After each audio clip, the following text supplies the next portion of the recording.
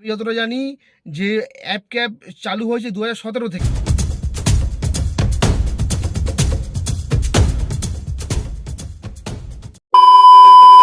সময় এখন 5:36 বাজে। সো আমি এখন কাজে বেরিয়েছি। 4টে ডিভাইস অন আছে, তো 4টে ডিভাইসের মধ্যে কোনোটাই এখন বাজছে না। তো আগের দিন স্ট্রাইক ছিল, আমি তো বেরোইনি। এখন কথা হচ্ছে যে স্ট্রাইকটা যে হলো তাতে করে তো কিছু লাভ হলো না, বিকজ ভাড়া যেই কি সেই রয়েছে। আর তার থেকে বড় কথা হচ্ছে যে ভাড়া নেই। হ্যাঁ, তো যখন ভাড়া নেই তো তাহলে ভাড়াটা বাড়বে কোথা থেকে? এইসব যে এই একদিনের স্ট্রাইক, একদিনের সব কিছু চেঞ্জ হয়ে যাবে, এইসব যে কোন গান্ডুর মাথায় আসে আমি জানি না। আর সবথেকে বড় কথা হচ্ছে যে মানুষ যে স্ট্রাইক করছে, মানুষ কী জন্যে স্ট্রাইক করছে সেটাই জানে না। কালকের এই অফলাইন ডাকা হলো কেন? অ্যাপ ক্যাবের জন্যে। এদিকে ইয়োলো ট্যাক্সি চলছে। আমি সেই গান্ডুদেরকে বলতে চাই, যদি ইয়োলো ট্যাক্স কি চলে, বা যারা রাস্তায় নর্মালি অনলাইন ক্যাব যারা ইউজ না করে ট্যাক্সি বা যারা কমার্শিয়াল কার চালায়, তাহলে তারা তো বাড়ি থেকে কিছু একটা করে তারা মেন রোডে চলে আসছে।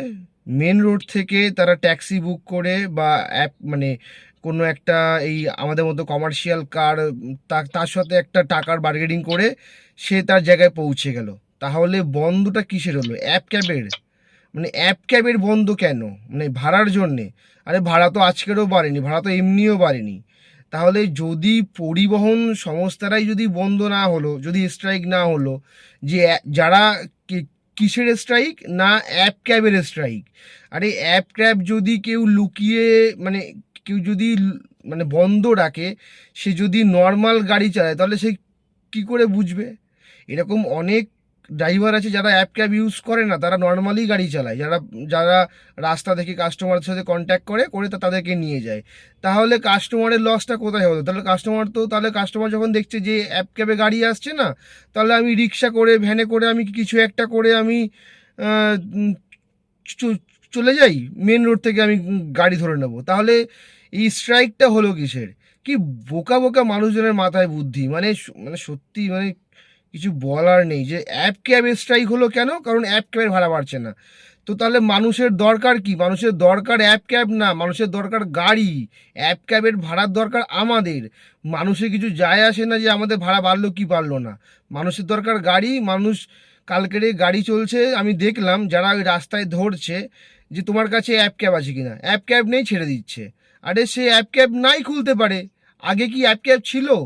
যখন 90s আমলে বা যখন অ্যাপ ক্যাব আসেনি, আমি যতটা জানি যে অ্যাপ ক্যাব চালু হয়েছে 2017 থেকে। আমার যে র্যাপিডো আইডি, তখন র্যাপিডো আইডি পুরো কলকাতায় আমার 10 নম্বরে ছিল, 10 নম্বরে বা 12 নম্বরে। তো সেখানে দাঁড়িয়ে আজকের তাহলে লাভটা কি হলো? আগে তো অ্যাপ ক্যাব ছিল না, আগে তো লোক এইভাবে ইউজ মানে গাড়ি ইউজ করতো। হাওড়া থেকে যখন ট্রেন থেকে যখন মানুষ নামতো, তখন ট্রেন থেকে বেরিয়ে মানুষ ওই ট্যাক্সি স্ট্যান্ডের ট্যাক্সিওয়ালা বলতো 600 টাকা লাগবে, 700 টাকা লাগবে, মানুষ এই করে আসতো। এইটাকে বন্ধ না রেখে মানুষ অ্যাপ ক্যাব বন্ধ রেখে দিয়েছে, যে যারা উবেরে করে চালাচ্ছে তাদেরকে ধরছে। কি বোকা বোকা, মানে কি আর বলবো। যাই হোক, কিছু বলার নেই। এখন কাজে বেরিয়েছি, এখন দেখি কি হয়। তো A few moments later. এখন সময় 11:30 বাজে। তো আমি যে দুপুরবেলা বেরিয়েছিলাম তখনও ভাড়া ছিল না, আর বিকেবেলা তো মানে ওটাই আর কি, তখনই বেরিয়েছিলাম, দুপুরবেলা না, সরি, যাই হোক।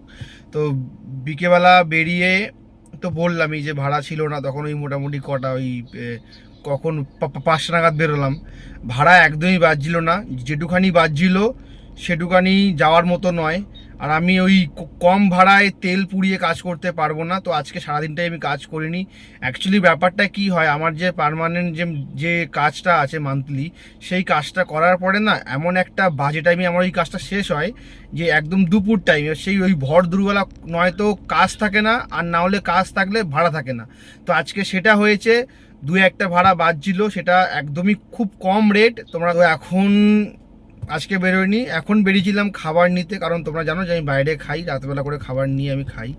তো যাই হোক, খাবার নিয়ে ঢুকে পড়েছি। আজকে ভোরবেলা দেখি, মানে সরি কালকের ভোরবেলা যদি পারি তো বেরোবো। প্রবলেম হচ্ছে ভোরবেলা ওঠা যায়, এমনিতে সারা রাত মোটামুটি কম বেশি জেগেই থাকি, কিন্তু ভোরবেলা যদি ভাড়া না পাই তাহলে গাড়িতে বসে থেকে কী করবো? নয়তো আর গরমে গাড়িতে অনেকক্ষণ স্টে করা যায় না, নয় এসি চালাও আর নাহলে মশার কামড় খাও, এইটা হচ্ছে প্রবলেম।